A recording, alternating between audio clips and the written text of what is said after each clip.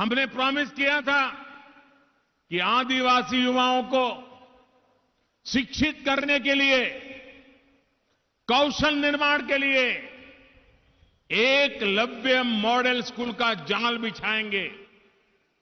देश भर में 462 स्कूल की डिलीवरी का काम शुरू हो चुका है। हमने प्रॉमिस किया था कि देश की सेना को सशक्त बनाने के लिए, अपने सैनिकों के सशक्तिकरण के लिए आवश्यक हर कदम उठाएंगे। हाल में 2 महाशक्तिशाली हेलीकॉप्टर हमारी सैन्य शक्ति का हिस्सा बन चुके हैं। बहुत जल्द राफेल फाइटर जेट भी हमारे वायुसेना को सशक्त करेगा। तीनों सेनाओं के बीच बेहतर तालमेल के लिए चीफ ऑफ डिफेंस स्टाफ बनाने के लिए दशकों से चर्चा चल रही थी। ये फैसला भी मैंने 15 अगस्त को लाल किले पर से घोषित किया था और उसको भी आगे बढ़ा दिया है। साथियों, देश की सुरक्षा तैयारियों को लेकर हमारी सरकार पूरी तरह प्रतिबद्ध है।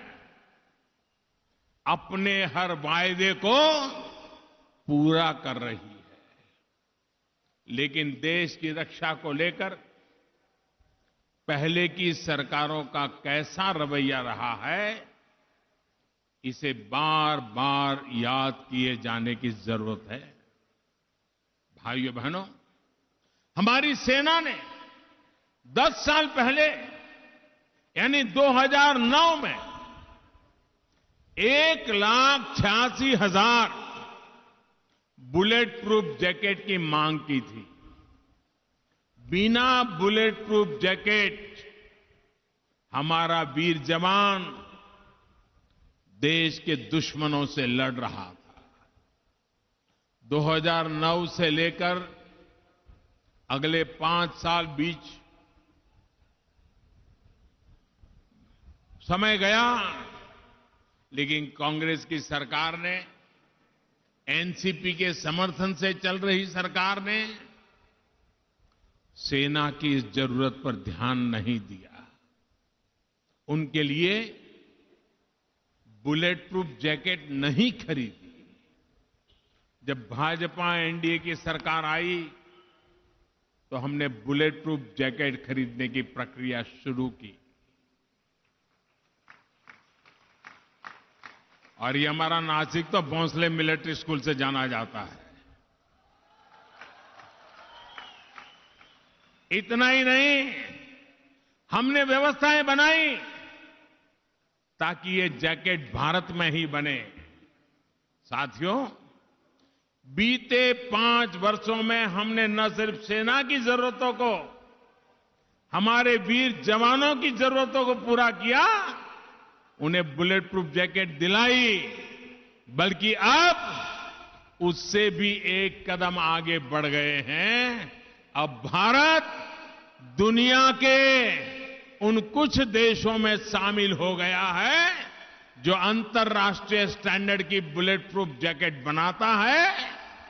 इतना ही नहीं, दुनिया के 100 से ज्यादा देशों में आज भारत में बनी बुलेट प्रूफ जैकेट एक्सपोर्ट हो रही है, निर्यात की जा रही है।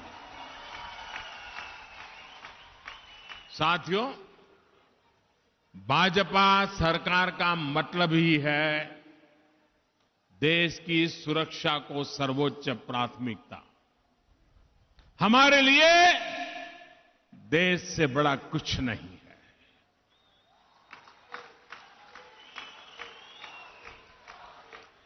देश की उम्मीद ही हमारे लिए आदेश होता है। इसलिए हम वायदे करते हैं तो इसे पूरा करके भी दिखाते हैं। साथियों, हमने महाराष्ट्र सहित पूरे देश से प्रॉमिस किया था और हमने वादा किया था जम्मू एंड कश्मीर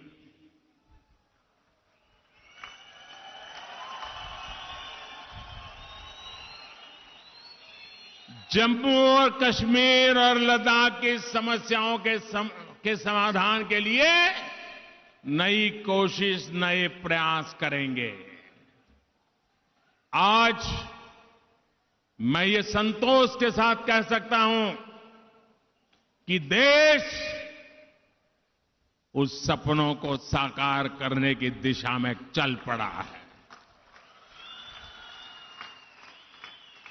जम्मू कश्मीर में भारत के संविधान को समग्रता से लागू करना सिर्फ एक सरकार का फैसला नहीं है, ये 130 करोड़ भारतीयों की इच्छा का, भावना का प्रकटीकरण।